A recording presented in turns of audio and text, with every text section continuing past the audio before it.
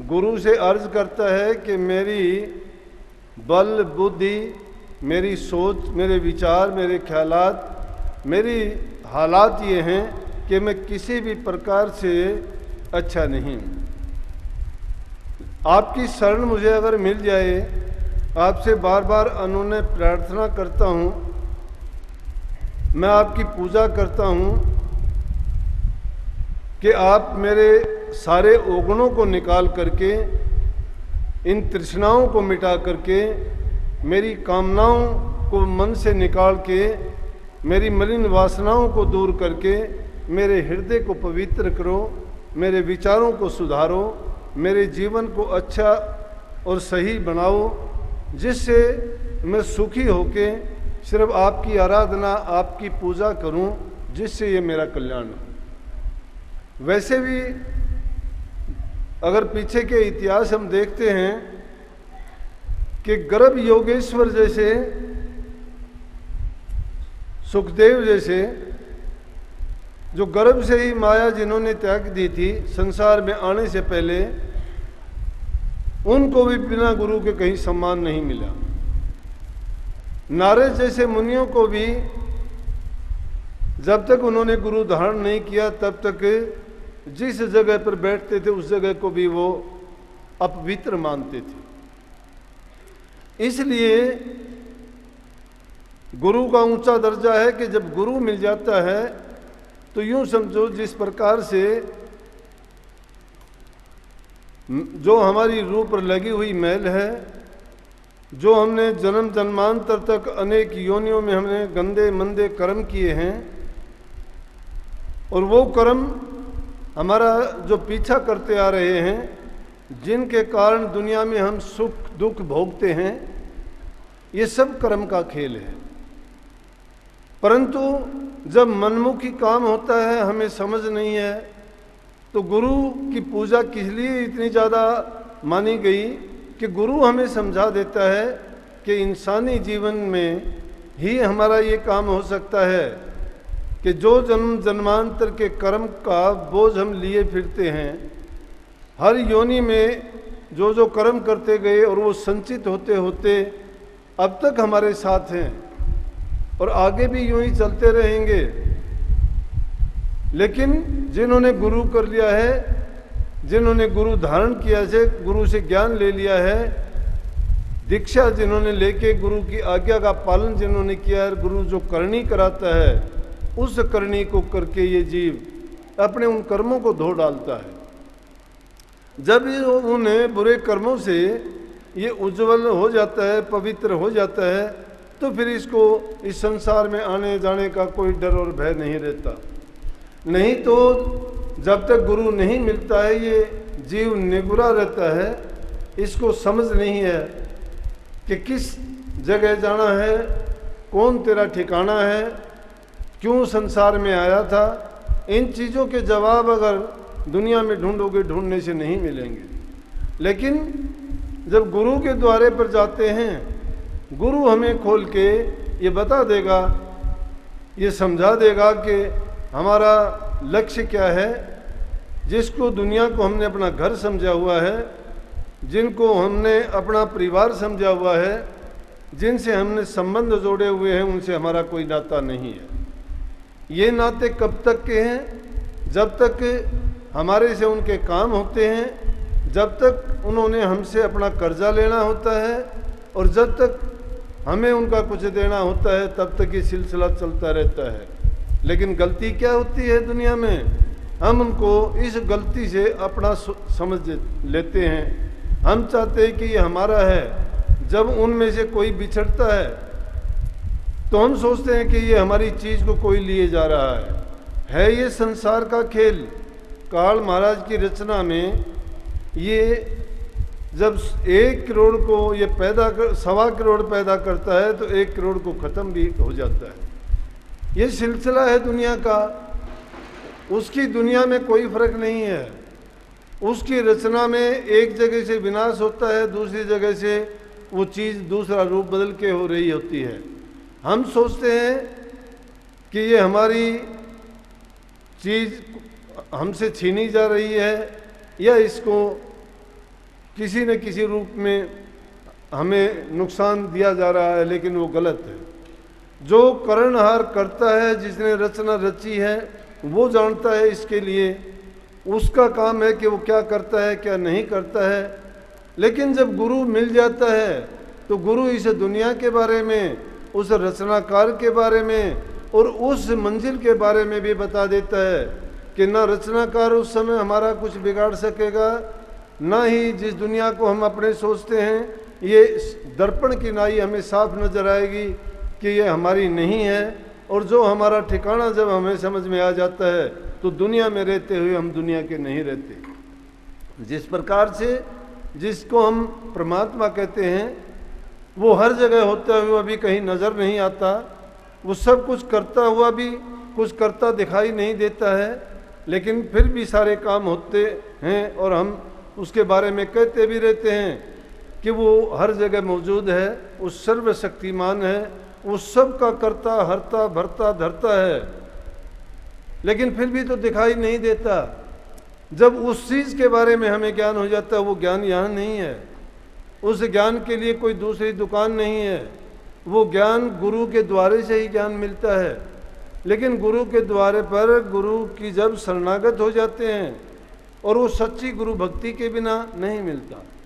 जब तक हम समर्पण नहीं करते नहीं मिलता।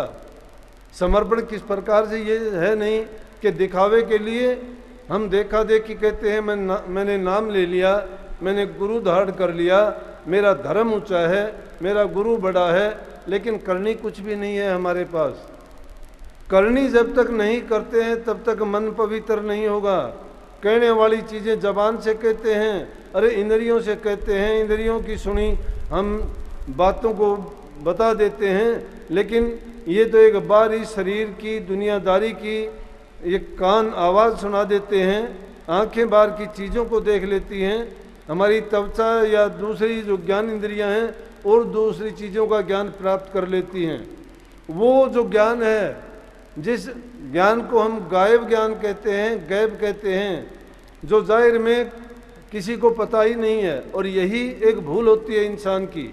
जो चीज़ हमें दिखाई देती है स्थूल रूप में है, उसको तो हम अच्छी तरह समझ जाएंगे, लेकिन जो चीज़ हमें ये बताई जाए, जिसको हम क्या कहते हैं कि अजर है, अमर है, अविनाशी है, वो अटल है, अगोचर है, अगम्य है, जब ऐसी उसके बारे में कहा जाता है तो वो ना तो क्यों ना इन आँखों से देखी जाती है, ना इन कानों से सुना जाता है।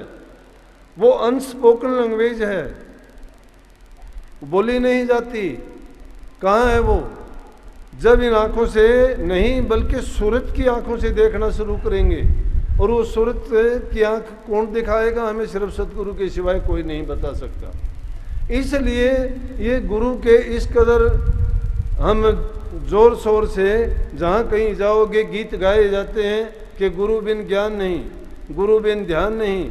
वेदों को ढूंढो, पुराणों को ढूंढो, कुरानों को ढूंढो, किसी भी महापुरुष के पास जाओ, सबसे पहले यही कहेगा कि अगर आप ये ज्ञान हासिल करना चाहते हो, अगर करनी करना चाहते हो, अगर जीवन को सफल करना चाहते हो, तो आप किसी पूर्ण पुरुष की शरण में जाइए, वो आपको ये भेद समझा देगा। इसलिए गुरु का इतना ज़्यादा महत्व है। जाप ताप और ज्ञान ध्यान पढ़िए वेद पुराण, बिना गुरु ज्ञान के जीव का कभी न हो कल्याण। चाहे आप कितने भी जप करो, तप करो, पूजा पाठ करो, कितने भी ग्रंथों को पढ़ डालो, कितने व्रत करो, कितने नेम आचार करो, लेकिन जब तक आपको गुरु से ज्ञान नहीं मिलता है तब तक ये चीज़ें हमारे लिए कोई फ़ायदा देने वाली नहीं है। अगर ये चीज़ें करीबी जाती हैं तो ये कहाँ तक सीमित हैं? हमारे शरीर तक सीमित हैं। अगर कोई भी, यूँ तो मनमुखी काम दुनिया में अनेक लोग करते हैं, संयम साधते हैं, शरीर को साधते हैं, इंद्रियों को रोकते हैं, दमन करते हैं। शास्त्रों में भी लिखा है, उनको अनेकों प्रकार से उनका वर्णन किया है, तरीके भी बताए हैं, लेकिन जब तक गुरु उसको प्रैक्टिकल रूप में हमें करके नहीं दिखाता है, गुरु के साथ में रह के हम उनको करना नहीं सीखते हैं, तब तक उस बेकार चला जाता है। और गुरु की शरण में भी जाने के बाद में वहाँ शाणप और चालाकियाँ नहीं चलती। चाहे कितना भी चालाक हो, कितना भी बुद्धिमान हो, वहाँ बुद्धि का काम नहीं है, चतुराई का काम नहीं है, वहाँ सिर्फ शरणागत का काम है। जो उनकी शरण में जाके अपने आप को पूर्ण रूप से अर्पण कर देता है, तन से, मन से और धन से। अपनी ज्ञान बुद्धि जो नहीं लड़ाता है, चल सतगुरु की हाट ज्ञान बुद्धि लाइए। अपनी बुद्धि को गुरु की बुद्धि में जोड़ देता है, अपने को अज्ञान निमाना समझता है, अपने को छोटा जानता है, चाहे उसको कितना भी ज्ञान क्यों ना हो, कितनी भी समझ क्यों ना हो, लेकिन गुरु के सामने वो तुच्छ है, उसको कुछ पता नहीं है। वो गुरु के सामने सब की सब चालाकियाँ, सब शानब, सब वो फेल हैं, कामयाब नहीं हैं।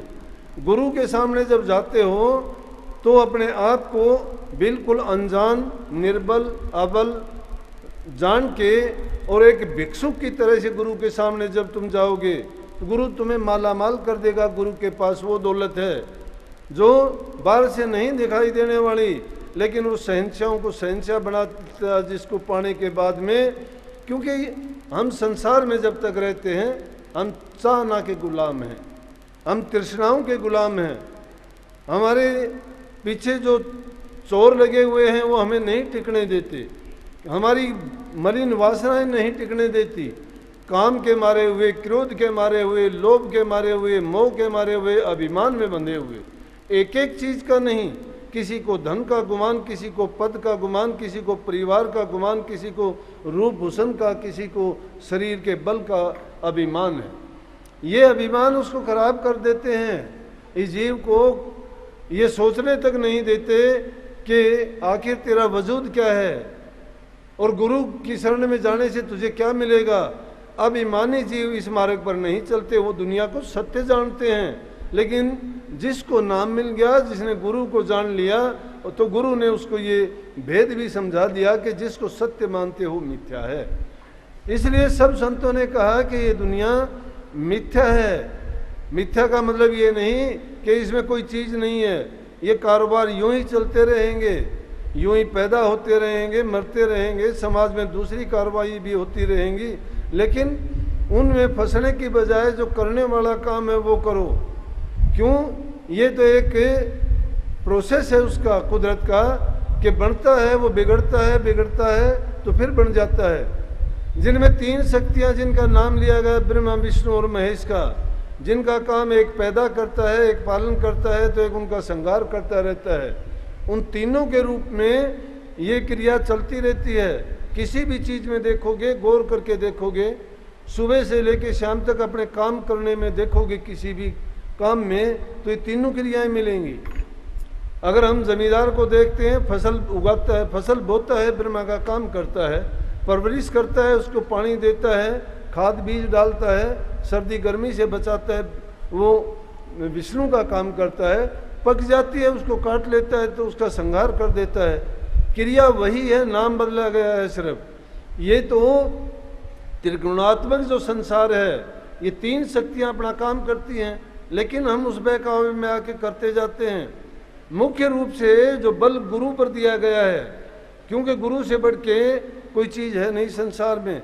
इसीलिए हमारे शास्त्रों में कह दिया ध्यान मूलम गुरु मूर्ति, कि अगर तुम किसी चीज़ का ध्यान करना चाहते हो तो गुरु के रूप का ध्यान करो। क्यों करो? कि जो जिस चीज़ का हम ध्यान करते हैं, जिस चीज़ का हम स्मरण करते हैं, जिस चीज़ का संकल्प मन में उठाते हैं, तो उसके गुण, दोष, ख्याल और उसकी जो भी चीज़ें हैं, उनका सबका हमारे मानस पटल पर, हमारे हृदय में सारी चीज़ें अंकित हो जाती हैं। जिस चीज़ का भी ख्याल करेंगे उसी चीज़ का गुण आ जाएगा एकदम। जिस प्रकार से किसी मिठाई का नाम लेने से हमें उसका स्वाद आ जाएगा बिना खाए, वो मिठाई आसपास भी नहीं है। किसी खट्टी चीज़ का नाम लेने से, अगर लेते हैं किसी खट्टी चीज़ का नाम, चीज़ कहीं नज़दीक भी नहीं है, लेकिन हमारे मुंह में खटास आ जाता है। इसीलिए गुरु के रूप का ध्यान क्यों बताया? बिना लक्ष्य के जाओगे कहाँ? गुरु का रूप हमारा लक्ष्य है, तो गुरु का ही रूप लक्ष्य क्यों, और किसी का क्यों नहीं? और किसी का रूप बताओ दुनिया में, किस गुरु से बढ़ के किसका है कि जिसका ध्यान किया जा सके?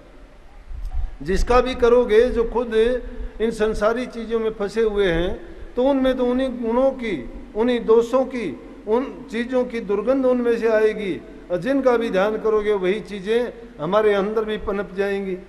तो इसलिए उन चीज़ों की बजाय गुरु हमारा लक्ष्य है, गुरु हमारे लिए आदर्श है।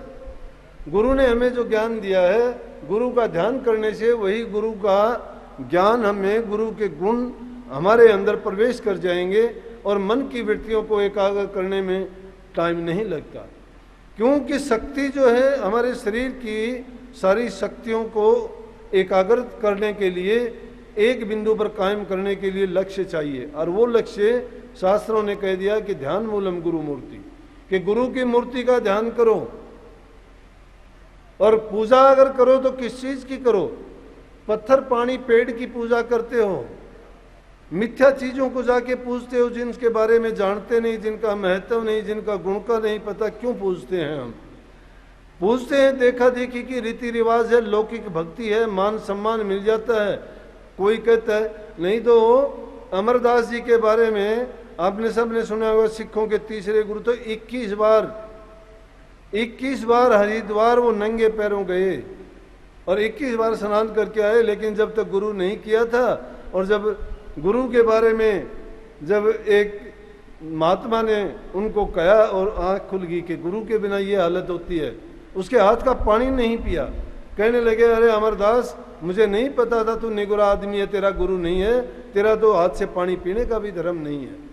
तो ये है गुरु के ज्ञान की। तो अमरदास की आंखें खुल गई कि मैंने 21 बार तक हरिद्वार गया, मैं पैदल नंगे पैरों जाके मैं हरिद्वार स्नान करके आया हूँ, और फिर भी उनका कोई महत्व नहीं है। मुझे एक ही बात में ये कह दिया गया कि तेरा गुरु नहीं है, तू निगुरा है। इसलिए उसने उसी चीज की तरफ लगी गुरु के लिए और तलाश की, और उन्होंने जाके नानक साहब के डेरे में जो दूसरी गद्दी के गुरु थे उनसे उन्होंने नाम लिया, जिनका नाम लेना जी था, अंगद साहब जिनको कहते हैं। उनसे नाम लेके उन्होंने अपने जीवन को सफल बनाया। ऐसा उन्होंने नाम लेने के बाद नाम की कमाई की, गुरु की सेवा की, संगत की सेवा की, और उसके कारण वो तीसरी बादशाही में उनका नाम लिखा गया। वही अमरदास सिखों के तीसरे गुरु हुए, जिनको आज तक संसार में याद करते हैं। किस चीज के बल से? उनकी सेवा के कारण। किस चीज से? कि उनकी श्रद्धा और जो उन्होंने नाम की कमाई की उसके कारण। जब तक हम नाम लेके नाम की कमाई करते नहीं है, नाम लिया, बैठ गए, देखा देखी, दो बात इधर उधर की सीख भी ली, सुन भी ली, पुस्तकों से पढ़ ली, या किसी महापुरुष की बताई हुई दो बात याद कर ली। अब जैसे हम शब्द गाते हैं, हमारा क्या लेना देना है शब्द गाने से? अरे महापुरुषों ने शब्द गाए थे, उन्होंने तो किस वक्त में गाए थे? जब उनकी मौज मस्ती आई थी, जो उनकी उस वक्त में हालात थे, जिस हालात में वो थे, उस हालात को देखते हुए उन्होंने अपने मन की बिरह लिखी थी। वो उन्होंने अपनी तड़प प्रकट की थी। लेकिन हमारे अंदर तो वो तड़प नहीं है, हम तो उनके गीत गाते हैं। अब हम कहते हैं कभी नानक साहब का नाम लेके, कभी कबीर साहब का नाम लेके, कभी दादू साहब का, कभी पलटू साहब का, उनके नाम ले लेके उनके गीत गा के कहते हैं कि उन्होंने ये किया, उन्होंने ये किया।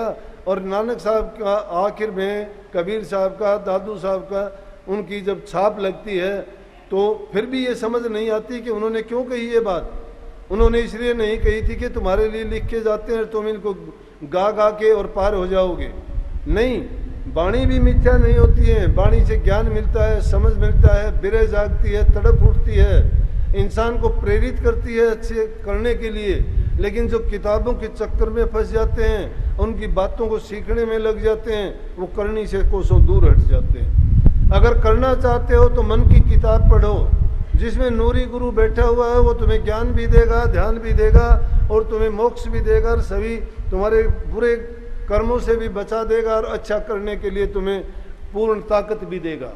उस नूरी गुरु को खोजने का तो प्रयास करते नहीं हैं। झूठी सच्ची बात इधर उधर की सीख के और झूठे अभिमान में आ जाते हैं कि मैं ये करता हूँ, वो करता हूँ, किसी को कोई बड़ाई मिल गई, उसी में बड़ा हो जाता है। अरे संत महात्मा जिन्होंने करनी की, उन्होंने कभी अपने आप को प्रकट किया नहीं, कभी बताया नहीं, सादगी का, और एकदम गरीब और जीर्ण शीर्ण अवस्था में जिए, उन्होंने ये बताया नहीं।